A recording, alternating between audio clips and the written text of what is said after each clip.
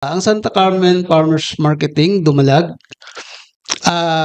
binubuo ito ng isang kooperatiba, no, na kung saan may mga members kami diyan.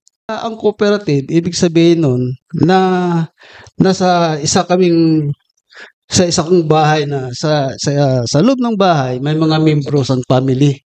So, yun lang pagkaka-explain ko. Although marami pa yun. Pero yun ang halimbawa na sa isang bahay, marami kaming members ng family. So, ang isang pamilya o isang kooperatiba,